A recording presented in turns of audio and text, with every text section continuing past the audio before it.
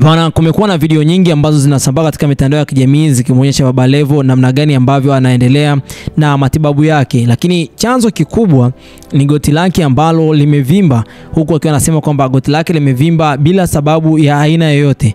Hajui ni nini ambacho kimetokea, hajui ni chanzo gani ambacho kimeweza kutokea katika mwili wake mpaka goti lake kuweza kuvimba.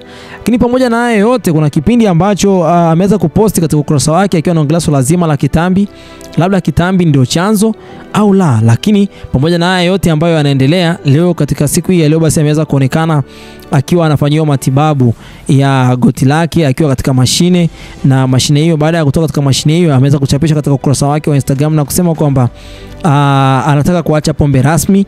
Na baada ya hapo muda mfupi akaja tena akaposti tena kwa mara nyingine tena kwamba amegundua kwamba hawezi kuacha pombe, ikiwa ni kwamba anaendelea na mpango wake ule ule. Kwa kipindi cha nyuma, Baba Levo amekuwa ni mmoja kati ya mtu ambaye anatumia pombe sana. Hatujui nini ambacho kimekuwa kikimsumbua, nini ambacho kimekuwa kikimkabili, na mpaka kwa hivi sasa, je, anaumwa kweli au la? Kwa sababu bado anaendelea kuposti katika ukurasa wake wa Instagram kama kawaida, na watu jaribu kuwa karibu na page yake kujua maendeleo yake kama binadamu mwenzao, sababu ni mmoja kati ya mtu ambaye ana ushawishi mkubwa sana katika nchi yetu Tanzania. Ni mmoja kati ya mtu ambaye amepewa kipaumbele katika sehemu mbalimbali, makampuni mbalimbali anafanya naye kazi, lakini pia ni mmoja kati ya mtu ni influencer katika mambo mbalimbali.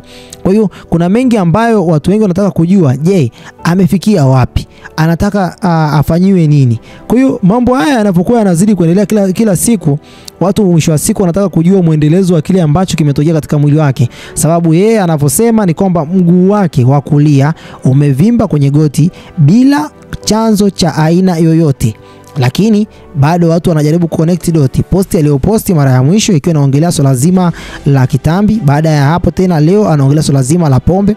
Inawezekana vitu hivi ni moja kati ya chanzo kikuu cha goti lake kuweza kuvimba, au kuna kitu ambacho katika goti hili anajaribu kuficha, kwa sababu kuna mengi ambayo katika mtu anavyoumwa, kuna mengi ambayo mtu anakuwa ndo anajua yeye mwenyewe. Ngoja tuone mpaka pale itakapofika atawaeleza umma, kwa sababu ni moja kati ya mtu ambaye anajaribu kuweka vitu vyake vyote katika mitandao ya kijamii. Mimi sitakuwa na la ziada kwa muda huu. Hii ni Harmonize News. Bye bye for now.